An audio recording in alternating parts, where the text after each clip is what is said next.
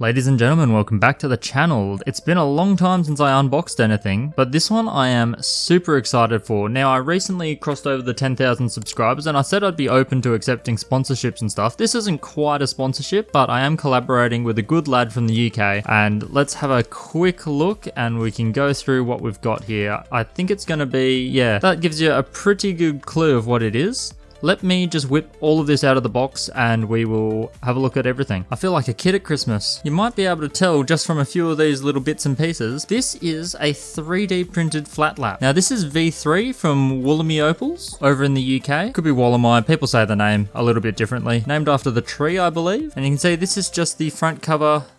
There's a Velcro covered master lap, essentially. A little bit of a shroud that goes around the outside. Some nice little lollies. Even better, there was a lot of these delicious foam noodles as well, so they're always a treat. But this is version 3. I've still got the designs for version 1. I've been meaning to print it off, and amazingly we just linked up on Facebook. It can actually be a good platform every now and then. And so he said, I will send you over the V3, which I didn't even know he was up to V3. The best thing about it is that he's constantly making these genius improvements. This that I'm holding in my hand right now, this is, if you can tell, a little tap. This is a 3D printed little tap. That's the little nozzle that the water's going to come out of. And this is where you can just shove in your Coke bottle, essentially. If you have a look, there's a thread in there that should match a Coke bottle. We'll test that just in a minute when we assemble it. This is the meat of the machine. So this is the main motor. You can see just a standard DC motor attached to a coupling. That coupling matches the underside of the master lap. We'll put all this together and spin it up in just a second. This is all tiltable, so you can see here it's all hinged. Love that he's got his little brand name plastered everywhere. I do a bit of 3D printing, but not much. Mostly at work. I do want to get into it a little bit more and get one for the workshop at home, but I don't have space yet. And you can see here, not only can it be a horizontal flat lap, which I'm not a huge fan of, do have two, not a big fan. You could go all the way vertical, or you can go somewhere in between and do the old slant cabber style. So this has a full range of motion, just like that, which is super good because that means if you like flat, perfect. If you like the vertical, perfect. If you like any degree in between, perfect. Just make it work for you. Plenty of holes in the bottom of it so you can screw it down to a block of wood or something, or directly onto your bench top. Sure, there's enough space here to be able to use some double-sided tape or something as well if you don't want it permanently stuck down, or just clamp it. It is all very decent quality. It is PLA, so it's not the strongest material in the world you can 3D print with, but it is pretty good, pretty cost effective as well. These are very cheap machines. I can put links up to his website. I've got a little link that you can follow and you'll get a bit of a discount by using my name, which is always good. I think I might just quickly assemble this and we'll get it going because there's a few little parts that I need to put together. Also, I love the power supply. So AC/DC with a adjustable voltage control, so we can change the speed at what we're spinning with. Unfortunately, it does have a UK plug, but I am trained to cut those off and put an Aussie plug on there, so that's what I'm going to do. Only do that if you're trained. I think the best thing is just to get yourself a power supply that'll work. You can see the rating here. So this is doing a DC 3 to 24 variable output, 5 amp, and of course because he's in the UK, well this is 100 to 240, but yeah, 240 to 230 is what we're on. So I'm just going to chop this plug off and get that ready as well and put this all together. I'll be back in a sec.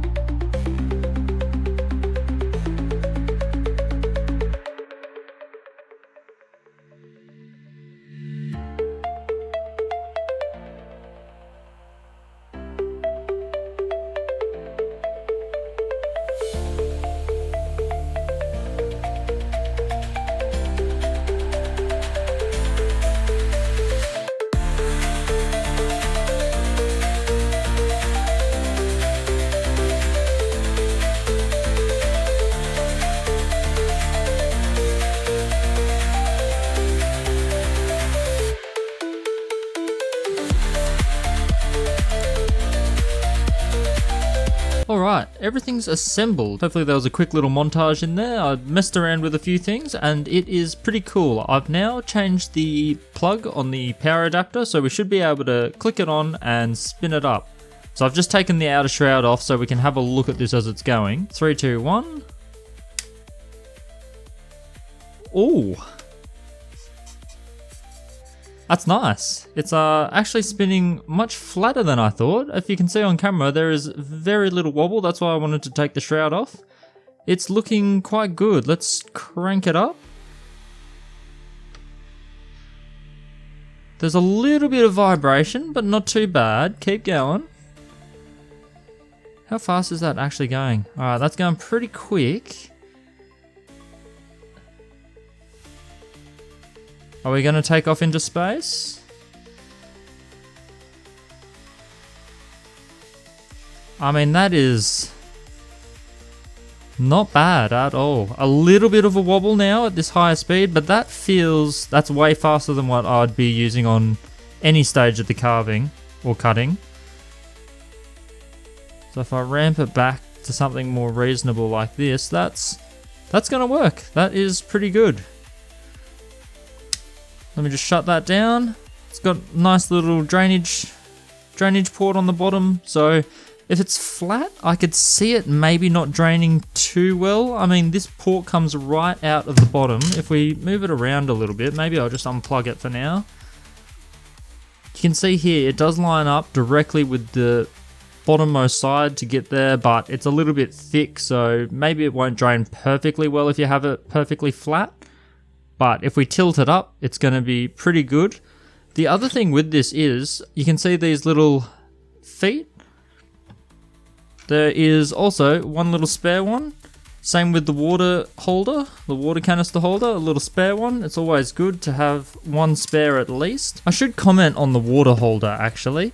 I think the feet, and because of the height of it, once you screw a bottle in, it's fine with the little 600ml and you're not going to use a lot of water anyway.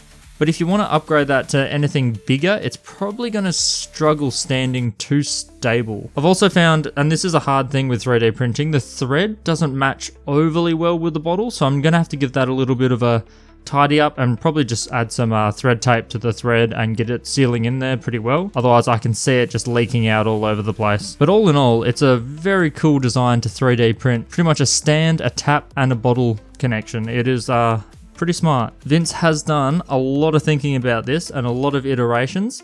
I can already see a few improvements that could be made, so I'm really excited to be able to work with it and tell him about those improvements, because this is version 3. I know for a fact that he's happy to do 100 versions before he's happy. I don't think he'll ever be happy actually. I'm pretty sure he's got more ideas than I do on how to improve this. But all in all, I'm pretty excited to start messing with it. There are a lot of other spare parts as well actually. Let me get this shroud back off.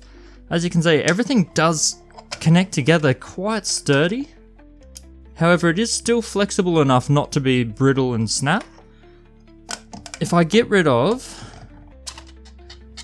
these shrouds again, and I take this plate off, you can see there are a lot of other little connectors. So a lot of other adapters like this. And what I really like about this, you've got the adapter there. You've also got the screw with a nut. If you know anything about 3D printing, a great way to use screws and nuts is simply to just have a slot where the nut can go in and then you screw onto it. What we can do with things like this is use the flat lap plates that I normally use. So let me just grab one quickly. So this is what I'm talking about. This is an electroplated, brand spanking new flat lap plate. You can see it matches beautifully there. And you would screw that on with this here straight into the nut that you put through the little slit in the back. And not only do you get one of these, I've got 2 of those, and then I've got some that have a lot of a shorter stem, because the shroud is not going to be quite tall enough to be able to accommodate that. So the little shorter one will certainly keep the flat lap plate well within the bounds of the catcher. The camera goes a bit crazy when you put something this glossy on there, but I can now just go along and use the normal plates that I use rather than using these little sandpaper mounted foam pads. Though the sponginess of this will make it much easier to get a nice surface and a nice curve on your cabbing. The hard flat plates are a little bit more difficult, and having padded sandpaper is a huge improvement on that. Even better than just having sandpaper in general. The felt disc he's got is pretty decent as well. It's a nice hard dense felt. Unfortunately, I've got one and I'm going to need at least two because I use cerium oxide and aluminium oxide depending on what I'm doing. So I'll just have to get myself another one of those and stick it on. And as you can see, he's thought of everything. The design here, this is to stop the water from getting into the center part going down into the motor. So all the water's going to collect out on this outer surface and then go straight out that little drain hole here. It's really hard to show everything because it's also black and dark. So it doesn't come up on camera overly well, but I'll just boost the whiteness. You should be able to see there's a slot here, comes straight out this little hose. The little water bottle dripper will be dripping straight towards the middle there somewhere. Yeah, I'm super excited to use it. At least I've given you a quick look at the whole thing in this video. And I think this is finally going to make me commit to putting flat laps on the channel. I've been avoiding it for a long time. The other ones are super ugly. This one isn't. And I'm really keen to be working with this one and getting some good stones out of it. And while I'm at it, I might as well bring on my dodgier, renovated and homemade flat laps. They're not terrible, they just don't look as presentable as this entire unit. And compared to your standard flat laps, your high-techs and the likes, you're not going to have to fork out $1,000 for this, which is really, really nice. It makes it much more affordable for someone to at least get into it and try it. Like I do with the electroplated diamond burrs, it's just a good entry point. Spending a couple of bucks to be able to get something. Sure, this is a bit more expensive than that, but it's much cheaper than your standard flat lap that you can start off with. I know for a fact that this is only going to get better too after version 3, and I wouldn't be surprised if he starts coming up with some designs that will be useful for faceting. It needs to be pretty precise, the prints, but it can be done.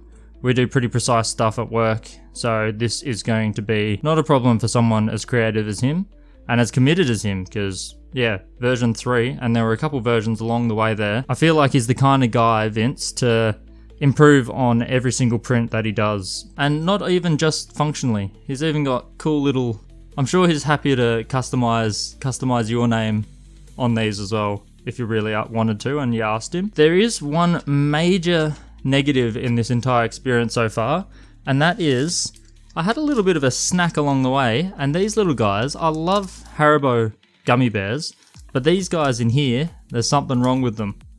They're like off jelly beans. I think they might have been hit by the sun or something. Maybe they didn't handle the shipping too well. Not a huge fan of the super mix. I think I'll stick to the gummy bears. But all of this, super excited to get going.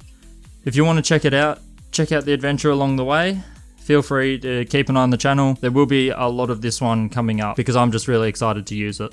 And after you've seen it, you might want to go check out his website and maybe pick one up for yourself. Definitely an affordable way to try your hand at flat lap stuff. And I'm sure it's going to be pretty reliable and pretty resilient, I think, because it's just flexible enough to where it's not brittle,